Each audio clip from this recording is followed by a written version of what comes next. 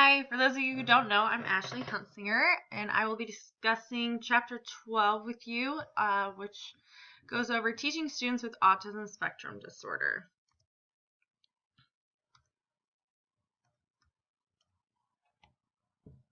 Maybe.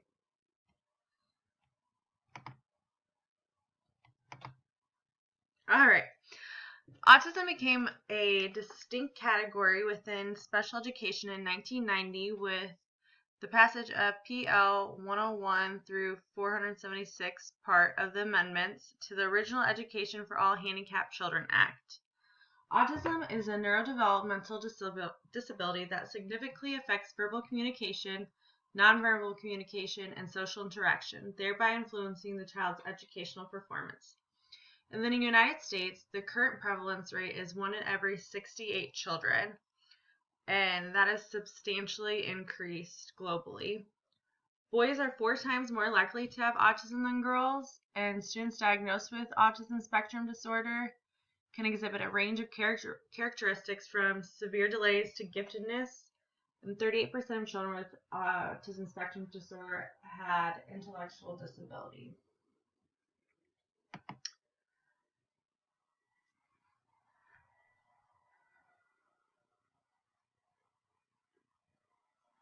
In fact, the same student may have some skills that are delayed, such as social or language skills, and others, such as math, that are well advanced for his or her age. The severity of this impairment varies by the individual, as does the broad range of academic, social, and behavioral support needs. Because of the range and variation in the skills, support needs presented autism is referred to as a spectrum disorder. Autism represents a lifelong disability for which there is currently no cure. However, with early diagnosis, effective treatment, and education, we can positively impact the lives of persons with autism and their families.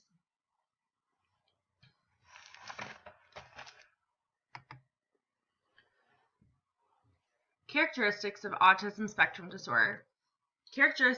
Characteristics of autism include delays in language, including the lack of speech, lack of initiation of conversations, repetitive use of language, or echolalia, which is, say, someone asks if you want a cookie, and instead of answering yes or no, you just say cookie, and a lack of reciprocal social interactions. Individuals diagnosed with autism will most often experience delays in social skills that may include a failure to develop peer relationships, lack of social or emotional reciprocity, and lack of eye-to-eye gaze, facial expressions, and body postures.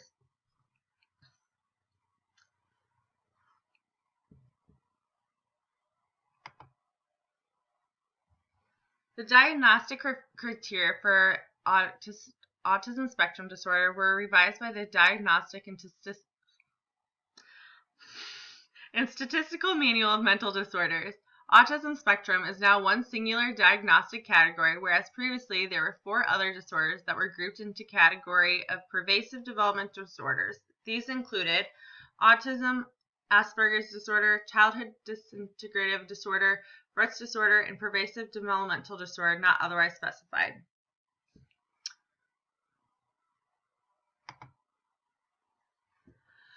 The new definition of ASD recognizes that there is a continuum on which the degree of symptoms will vary by individuals, and these symptoms, such as communication delays and perseverative behavior, must also be present in childhood to meet the new and revised diagnostic criteria. Identification and diagnosis: deficits in social communication, deficits in social interaction, restrictive and repetitive patterns of behavior that have been present during early childhood development.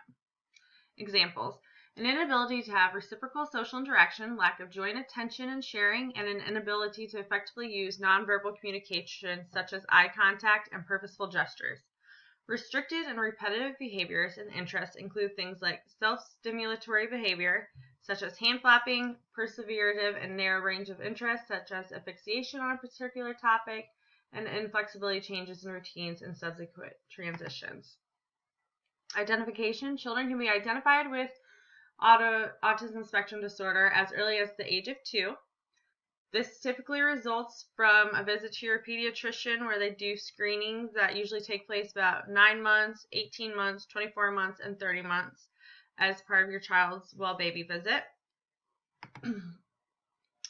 Diagnosis. Diagnosis is typically made by a physician or other professional experienced in the use of diagnostic instruments or by those trained to use diagnostic tools created specifically for ASD, such as the Autism Diagnostic Observation Schedule. Consistent with good assessment practices, multiple measures for determining a diagnosis are recommended and may include more instruments. Several rating scales are available that are frequently used as one of the diagnostic tools, and teachers who suspect that a student may have ASD may be asked to complete one of these scales. Childhood Autism Rating Scale, also known as CARS 2, is a 15-item behavior scale that was one of the first developed to screen for ASD. The Gilliam Autism Rating Scale includes 56 items that closely match the DSM-5 diagnostic category and is organized into 6 subscales, which include restrictive, repetitive behaviors, social interaction, social communication, emotional responses, cognitive style, and maladaptive speech. And here is an example of a psychoeducational profile. Teachers should be aware of this. Currently, it's in its 3rd edition.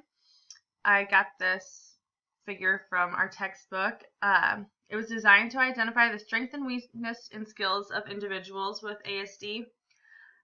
Typically takes place from ages 6 months to 7 years for the purpose of educational planning. This is an exceptionally helpful assessment tool that also assists with the development of educational programming for children with ASD.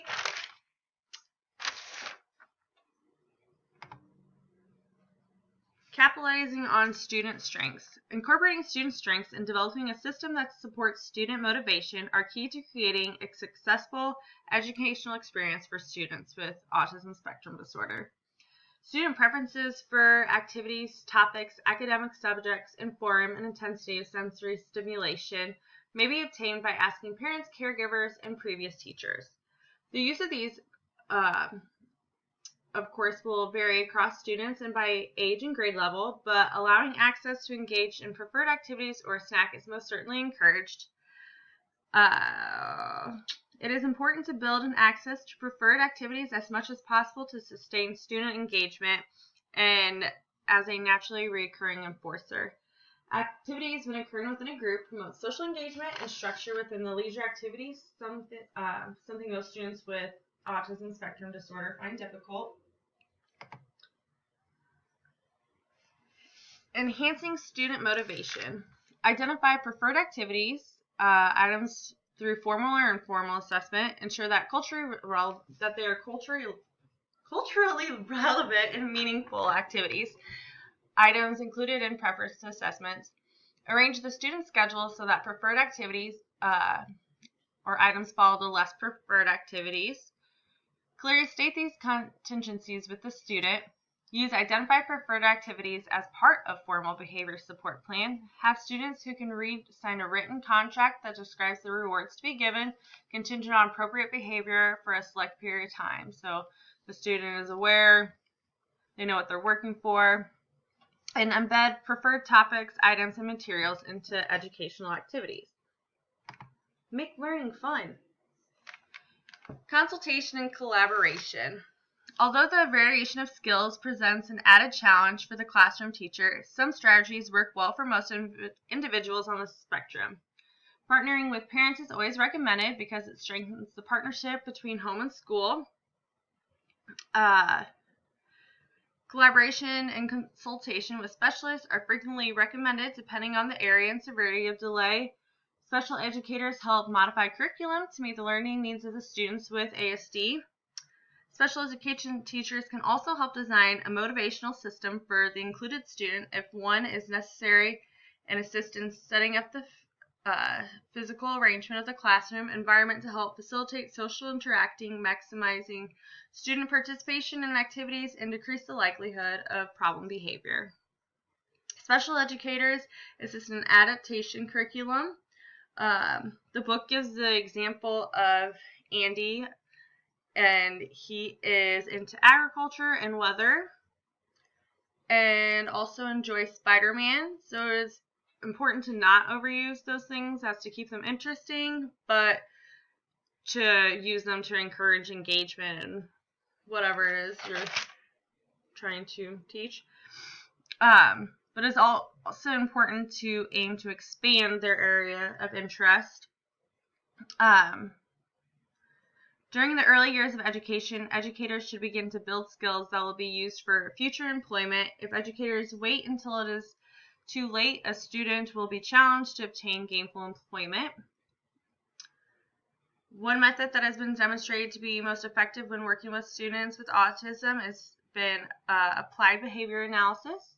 Applied behavior analysis provides additional assistance to general education teachers. School districts may employ an autism specialist who knows how to use effective teaching strategies based on principles of applied behavior analysis.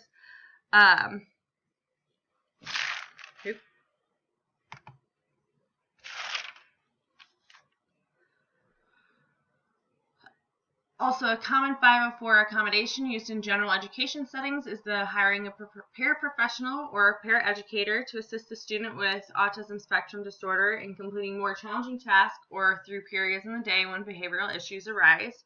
Because paraprofessionals do not receive any formal training, it is the responsibility of the classroom teacher to kind of pass along information to them that's helpful in letting them know the strengths of the student, their interest, and the forms of curriculum and instruction that are most effective.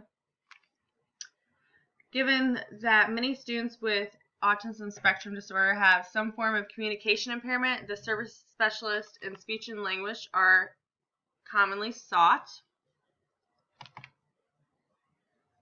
Speech and language pathologists may provide educators with strategies to assist with articulation of words or the formation of complete sentences.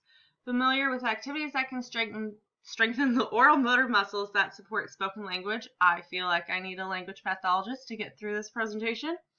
Collaboration with the speech-language pathologist is vital because any communication system works only if it's used consistently throughout the day. Yeah, practice makes perfect.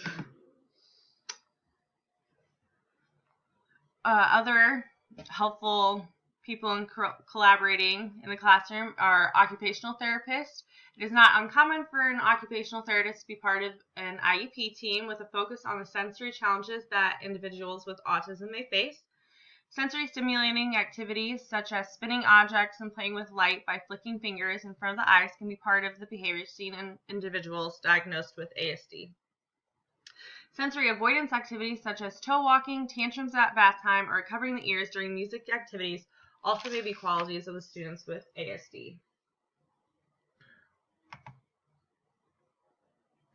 Classroom modifications. Several forms of classroom adaptations are likely to be needed to make the educational experience for the student with ASD successful. Almost all students with ASD benefit from a schedule and daily activities. The schedule may take the form of visual sequence, as you'll see here, photographs or picture symbols placed on the student's desk, written out the activities that are commonly used in daily planning, and once the student gets more familiar, you take away the pictures, and we can begin, recognizing the words instead, so they continue their educational growth. Knowing what will come next and when transitions are likely to occur increases the student's understanding of the environment and decreases the likelihood of stress and challenging behavior during uncertain transitional periods. I think I might get cut off here after 15 minutes, so we'll see. Classroom modifications continue. Generally speaking, students with ASD like to follow a routine, like to know what is happening next, and for this reason, it's often a good idea to kind of give them a heads up when things are about to transition. Sorry, I'm watching the time here. For this reason, it's often a good idea to prepare students with ASD for